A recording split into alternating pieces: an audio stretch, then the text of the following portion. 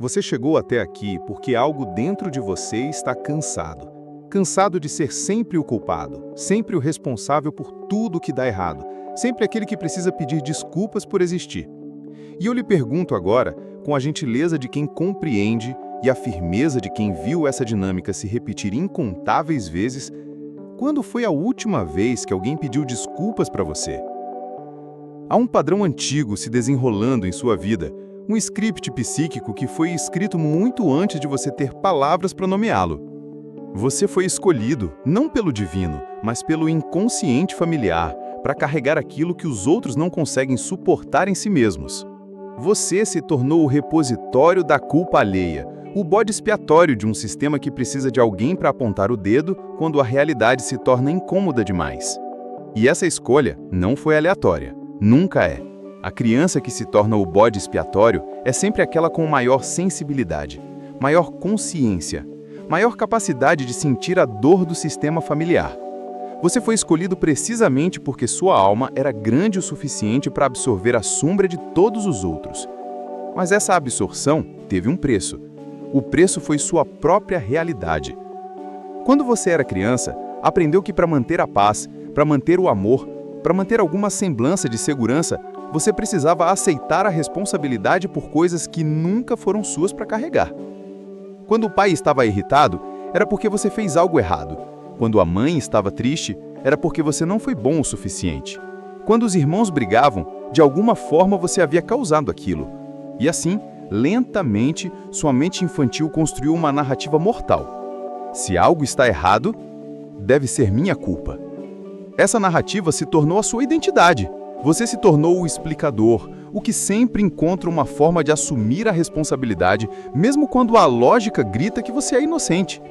Porque assumir a culpa dava a ilusão de controle. Se era sua culpa, então você poderia consertar. Se você pudesse ser melhor, mais cuidadoso, mais perfeito, então talvez a dor parasse. Mas a dor nunca parou, não é? Ela apenas mudou de forma, mudou de contexto. Os rostos ao seu redor mudaram, mas a dinâmica permaneceu. Você saiu de casa, mas levou o bode expiatório dentro de você.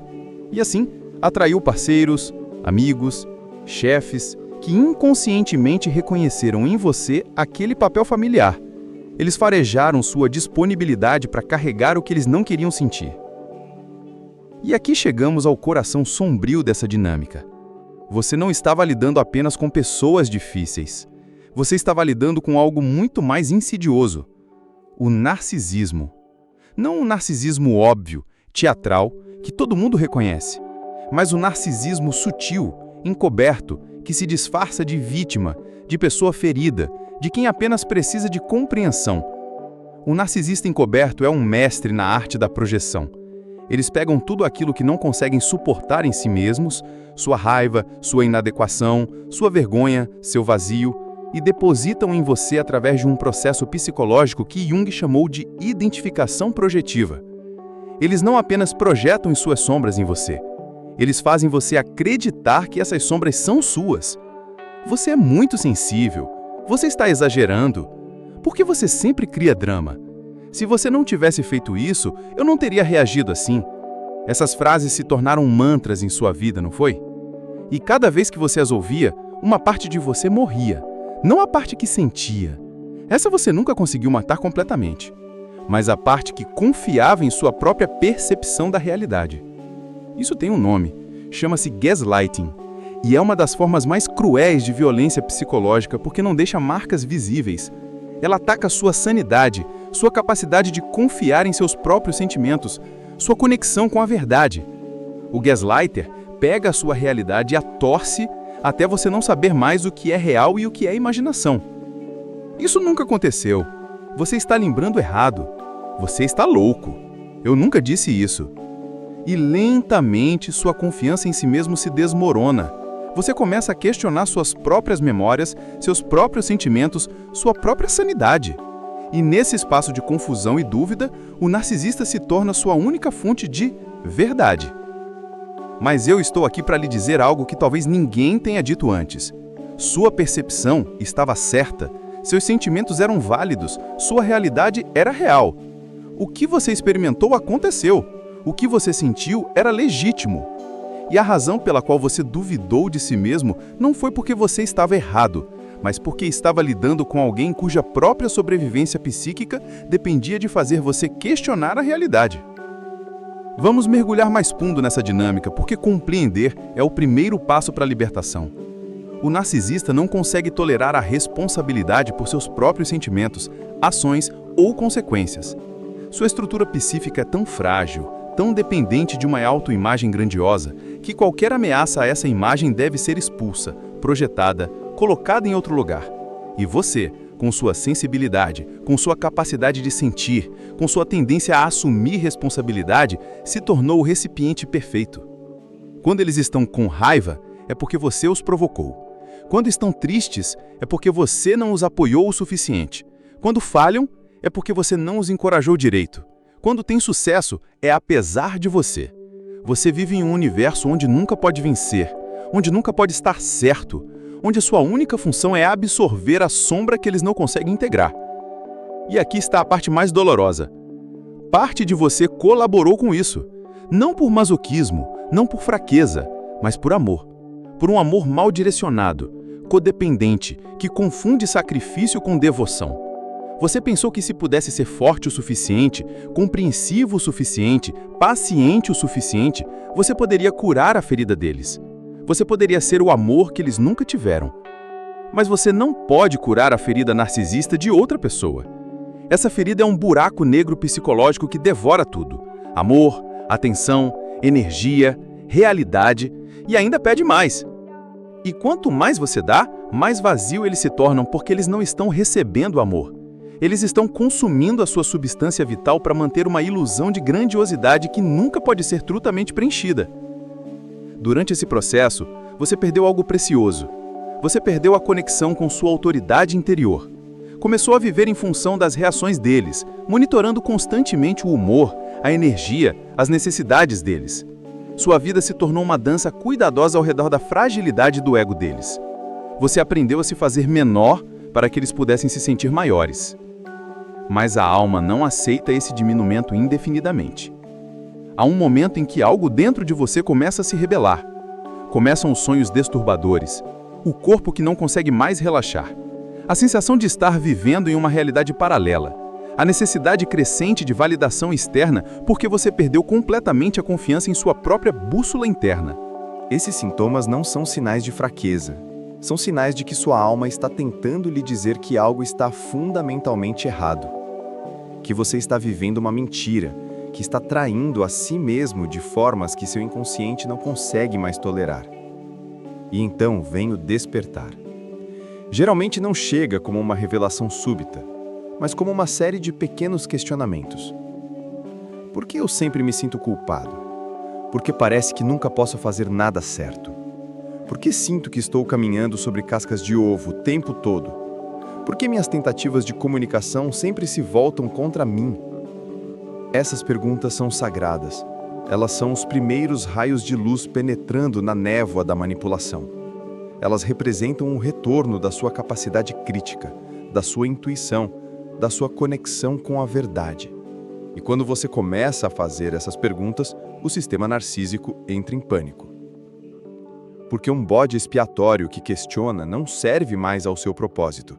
Um bode expiatório que começa a ver os padrões, que começa a nomear a dinâmica, que começa a se recusar a absorver a projeção, ameaça toda a estrutura. E é aí que a coisa fica mais intensa. É aí que você vê o narcisismo se revelar em toda a sua fúria desesperada. Você mudou. Você não é mais a pessoa que eu conheci. Você está sendo influenciado por outras pessoas. Você está sendo dramático. Você é ingrato depois de tudo que fiz por você. Esses são os gritos de um sistema que está perdendo o seu repositório de sombra. Esses são os últimos esforços para puxá-lo de volta para o papel que você interpretava. Mas algo fundamental mudou em você. Você começou a sentir raiva. E essa raiva que você foi ensinado a ver como algo terrível, como prova de que você é uma pessoa ruim, é na verdade sua força vital retornando. É sua alma dizendo, chega, não mais. Eu não vou carregar isso que não é meu. A raiva é o primeiro sinal de que você está se diferenciando, que está recuperando suas fronteiras, que está deixando de ser uma extensão do narcisista e está se tornando uma pessoa separada, com seus próprios pensamentos, sentimentos e necessidades. E isso é aterrorizante para alguém que dependia de você para regular sua própria experiência emocional. Neste ponto, você pode esperar uma escalada. O que Jung chamaria de constelação do complexo. Tudo que está inconsciente no sistema familiar ou relacional vem à tona com força primitiva. Pode haver chantagem emocional, ameaças, tentativas de aliar outros contra você, episódios de raiva desproporcional ou o oposto, silêncio punitivo, retirada de afeto, tratamento de gelo. Todas essas são tentativas desesperadas de reestabelecer o controle, de forçá-lo de volta ao papel de bode expiatório. E parte de você pode ser tentada a ceder, porque o caos que surge quando você para de absorver a projeção pode parecer insuportável. Pode parecer que seria mais fácil apenas voltar a ser quem você era antes, mas você não pode mais, porque uma vez que você viu, você não pode desver. Uma vez que você compreendeu a dinâmica, você não pode mais participar dela inconscientemente. Você pode escolher participar, mas agora seria uma escolha consciente, e essa consciência torna a colaboração quase impossível. Este é o momento mais crucial de toda a sua jornada. Este é o momento em que você deve escolher entre a sua sanidade e a paz superficial do sistema, entre a sua verdade e a mentira confortável que mantinha tudo aparentemente harmonioso, entre a sua integridade e a aprovação daqueles que só conseguem lhe amar enquanto você carregar o que eles não querem sentir. E aqui está o que eu quero que você entenda com cada célula do seu ser. Escolher a si mesmo não é egoísmo. Recusar-se a ser o bode expiatório não é crueldade. Insistir em sua própria realidade não é arrogância. É autorrespeito. É sanidade. É o movimento natural de uma alma que finalmente se recusa a ser sacrificada no altar da disfunção alheia. Mas o caminho não é fácil, porque quando você para de funcionar como o estabilizador emocional do sistema, o sistema entra em caos temporário. E há uma parte de você, a parte codependente que foi programada para acreditar que você é responsável pelo bem-estar emocional de todos ao seu redor, que vai se sentir terrivelmente culpada por essa desestabilização. Talvez eu esteja sendo muito duro. Talvez eles realmente não conseguem evitar. Talvez eu deveria ser mais compreensivo. Talvez eu esteja exagerando mesmo. Essas vozes são os últimos vestígios do condicionamento, as últimas tentativas da mente codependente de puxá-lo de volta para o papel familiar. Mas se você conseguir resistir a essas vozes, se você conseguir permanecer firme em sua nova percepção da realidade, algo milagroso começa a acontecer. Você começa a se sentir real pela primeira vez em anos, talvez décadas. Você começa a sentir que está vivendo a sua própria vida, em vez de orbitar ao redor das necessidades emocionais de outra pessoa. Você descobre que tem opiniões próprias, desejos próprios, necessidades próprias que não são apenas reações à necessidade dos outros. Você descobre que pode sentir raiva sem que isso signifique que você é uma pessoa ruim. Você descobre que pode discordar sem que isso signifique que o amor vai embora. E mais importante, você descobre que pode existir sem carregar a responsabilidade pelo estado emocional de todos ao seu redor. Que você pode deixar as pessoas sentirem suas próprias emoções, lidarem com suas próprias consequências, carregarem seu próprio peso emocional. Esta é a individuação de que Jung falava. Não a individuação como separação fria e egoísta, mas como diferenciação saudável. Como o processo de se tornar quem você realmente é, em vez de quem você precisa ser para manter a ilusão de harmonia em um sistema disfuncional. E quando você se torna truamente diferenciado, algo interessante acontece com suas relações. As relações baseadas em dinâmicas narcísicas começam a se dissolver naturalmente. Não necessariamente através de confrontos dramáticos, mas simplesmente pela impossibilidade de manter a dinâmica quando uma das partes não está mais disponível para interpretá-la. Algumas pessoas vão embora. E isso dói. Dói porque você as amava, mesmo que esse amor fosse baseado em uma dinâmica disfuncional. Dói porque você pode ter investido anos, décadas, tentando fazer aquelas relações funcionarem. Dói porque há uma parte de você que ainda acredita que se você fosse melhor, mais paciente, mais amoroso, você teria salvado aquelas conexões. Mas há uma coisa que você precisa compreender. Você não pode salvar uma relação que só funciona quando você se trai. Você não pode manter uma conexão que depende de você negar sua própria realidade. Você não pode amar alguém de verdade enquanto está traindo a si mesmo para fazê-lo. E as pessoas que realmente lhe amam, que são capazes de amor genuíno e não apenas de necessidade narcísica, essas pessoas vão se adaptar à sua nova forma de ser. Pode haver um período de ajuste, alguns conflitos enquanto vocês renegociam os termos da relação, mas o amor real sobrevive à diferenciação. Na verdade, ele prospera com... Porque quando você para de se trair para manter as relações, você se torna capaz de uma intimidade muito mais profunda e autêntica. Você pode mostrar quem você realmente é, em vez de quem você acha que deveria ser. Você pode receber amor pelo que você é, em vez de pelo que você faz. Mas talvez o mais importante de tudo, você se torna capaz de confiar em sua própria percepção novamente. Você reconecta com sua bússola interna, com sua intuição, com sua capacidade de discernir o que é seu e o que pertence aos outros. Você desenvolve o que poderíamos chamar de imunidade psicológica contra futuras tentativas de torná-lo bode expiatório. Você aprende a reconhecer os sinais precoces, a pessoa que nunca assume responsabilidade por nada, que sempre tem uma explicação para por que tudo é culpa de outra pessoa, que faz você se sentir constantemente como se estivesse caminhando sobre cascas de ovos, que responde a qualquer tentativa de comunicação sobre suas necessidades como se você estivesse atacando-os. Você aprende a confiar naquela sensação no estômago quando algo não está certo. Você aprende que não é sua responsabilidade convencer ninguém de sua realidade. Você aprende que pessoas saudáveis não fazem você questionar constantemente sua própria sanidade. E você aprende algo ainda mais profundo, que carregar a culpa dos outros nunca foi amor. Foi medo. Medo de abandono, medo de rejeição, medo de não ser bom o suficiente. Mas amor real não exige autossacrifício. Amor real não pede para você negar sua própria experiência. Amor real pode coexistir com limites, com desacordo, com sua individualidade. Quando você finalmente compreende isso visceralmente, não apenas intelectualmente, você se torna incapaz de participar de dinâmicas narcísicas. Não porque você está se protegendo conscientemente, mas porque você simplesmente não ressoa mais com essa frequência. Você não é mais um alvo viável.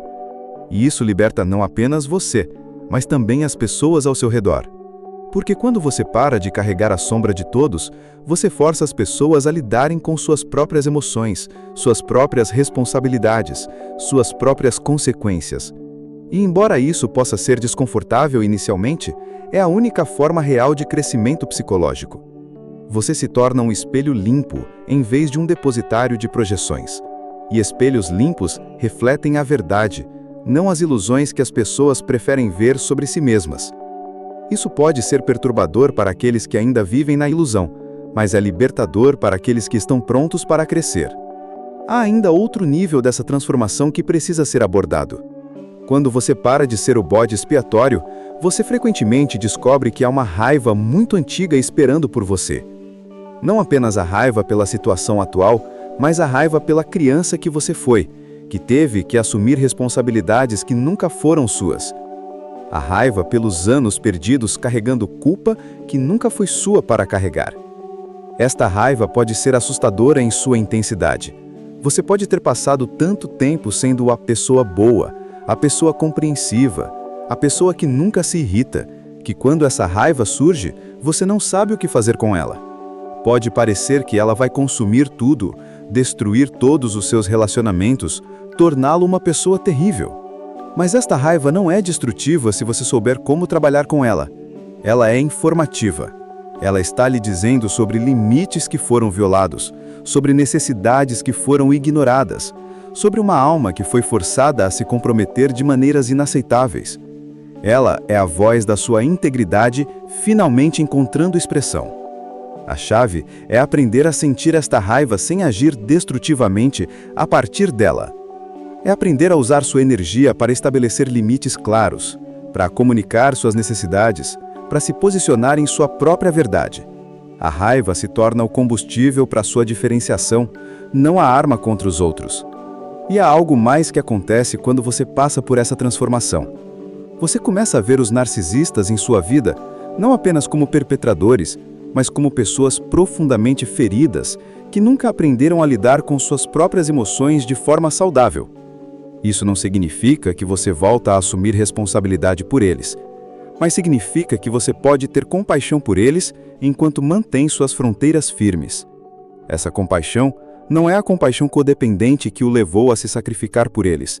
É uma compaixão madura, diferenciada, que pode reconhecer o sofrimento alheio sem assumir a responsabilidade de curá-lo. É a compaixão de alguém que entende que todos temos nossas feridas, mas que cada um é responsável pelo seu próprio processo de cura. E talvez o mais importante, você desenvolve compaixão por si mesmo. Pela criança que você foi, que fez o melhor que pôde em uma situação impossível. Pelo jovem adulto que continuou repetindo padrões porque era tudo o que conhecia. Por todos os anos que você passou se culpando por dinâmicas que nunca foram sua responsabilidade. Esta autocompaixão é revolucionária. Ela quebra o ciclo interno de autocrítica que mantinha você disponível para ser bode expiatório. Quando você para de se atacar, você para de atrair pessoas que vão te atacar. Quando você se trata com gentileza, você naturalmente gravita em direção a pessoas que também o tratam com gentileza. Este é o nascimento do que Jung chamaria de self verdadeiro. Não o ego que foi construído para sobreviver a dinâmicas disfuncionais, mas o core autêntico da sua personalidade. A pessoa que você sempre foi por baixo de todas as adaptações, todas as estratégias de sobrevivência, todos os papéis que interpretou. E esta pessoa é notavelmente diferente de quem você achava que era. Ela tem limites naturais, ela sabe quando algo não é sua responsabilidade. Ela pode sentir empatia sem se perder na emoção alheia. Ela pode amar sem se abandonar. Ela pode cuidar sem se sacrificar. Esta pessoa não precisa provar seu valor carregando os bardos dos outros. Ela sabe que seu valor é intrínseco, não baseado em performance. Ela não precisa ser perfeita para merecer amor. Ela não precisa se fazer menor para que outros se sintam maiores. E quando você vive a partir deste lugar, sua vida muda fundamentalmente. Você atrai pessoas que são capazes de reciprocidade real. Você se envolve em projetos que nutrem sua alma, em vez de drenar sua energia. Você toma decisões baseadas em seus próprios valores, em vez das reações dos outros. Mais importante ainda, você se torna capaz de ser genuinamente útil para os outros. Porque quando você não está mais perdido na confusão de carregar culpa alheia, você pode ver claramente onde a ajuda realmente é necessária e onde sua ajuda, na verdade, seria um impedimento para o crescimento da outra pessoa. Você aprende a diferença entre apoio e facilitação, entre compaixão e codependência, entre amor e medo disfarçado de amor. E estas distinções não são apenas conceituais. Elas se tornam parte do seu sistema nervoso, da sua intuição, da sua capacidade natural de navegar relacionamentos. Há ainda outra dimensão espiritual nessa transformação que não pode ser ignorada. Quando você para de carregar a culpa dos outros, você frequentemente descobre que há uma culpa ainda mais profunda que estava sendo mascarada por toda esta culpa assumida. É a culpa existencial, a culpa de estar vivo, de ocupar espaço, de ter necessidades. Essa culpa existencial frequentemente remonta aos primeiros momentos de vida, quando você sentiu de alguma forma que sua existência era um fardo para seus cuidadores. Talvez você tenha sido uma criança difícil, ou talvez tenha nascido em um momento difícil, ou talvez seus pais simplesmente não estivessem emocionalmente disponíveis para recebê-lo plenamente. Essa culpa primitiva cria uma sensação de que você não merece estar aqui, de que sua existência é um fardo que deve ser constantemente compensado através de autossacrifício. E é essa culpa que o torna um alvo perfeito para dinâmicas de bode expiatório, porque inconsciente você concorda que merece carregar a culpa dos outros. Curar essa culpa existencial é talvez o trabalho mais profundo de todos. É um trabalho que vai além da psicologia e toca o reino do espiritual. É um trabalho de reconectar com o sagrado de sua própria existência, com o direito divino de ocupar espaço neste mundo, com a verdade de que você não precisa justificar sua presença aqui. Este trabalho frequentemente envolve reconectar com o que Jung chamava de self arquetípico, a parte de você que está conectada com algo maior que o ego, com o mistério da existência, com a força da vida que o trouxe ao mundo. É reconhecer que você não é um acidente, mas uma expressão única e necessária da consciência universal. Quando você toca esse lugar, a necessidade de carregar a culpa alheia simplesmente desaparece. Não porque você se torna insensível, mas porque você compreende que cada alma tem sua própria jornada, suas próprias lições, seus próprios fardos para carregar. E que interferir nessa jornada carregando o que não é seu é, na verdade, uma forma de arrogância espiritual. Você compreende que sua tarefa não é salvar ninguém, incluindo a si mesmo no sentido dramático. Sua tarefa é viver sua vida com autenticidade, expressar seus dons únicos, contribuir com sua perspectiva específica para a tapeçaria da experiência humana. E você não pode fazer isso enquanto está perdido na confusão de carregar responsabilidades que pertencem a outros. E assim, chegamos ao paradoxo final. Quando você para de tentar salvar todos, você se torna genuinamente útil para a salvação do mundo. Quando você para de carregar a culpa alheia, você se torna capaz de responsabilidade real. Quando você para de se sacrificar, você se torna capaz de serviço genuíno. Porque serviço genuíno vem de abundância, não de carência. Vem de um coração cheio, não de um coração que está tentando se provar digno de amor. Vem de escolha consciente, não de compulsão inconsciente. E este é o convite que estendo a você agora, o convite para parar de carregar o que nunca foi seu para carregar, para devolver a culpa aos seus verdadeiros donos, para se levantar do altar onde você se sacrificava e reivindicar sua própria vida.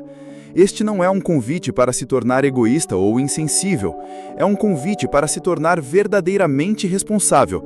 Responsável por sua própria vida, suas próprias escolhas, sua própria jornada. E para permitir que outros sejam igualmente responsáveis pelas suas.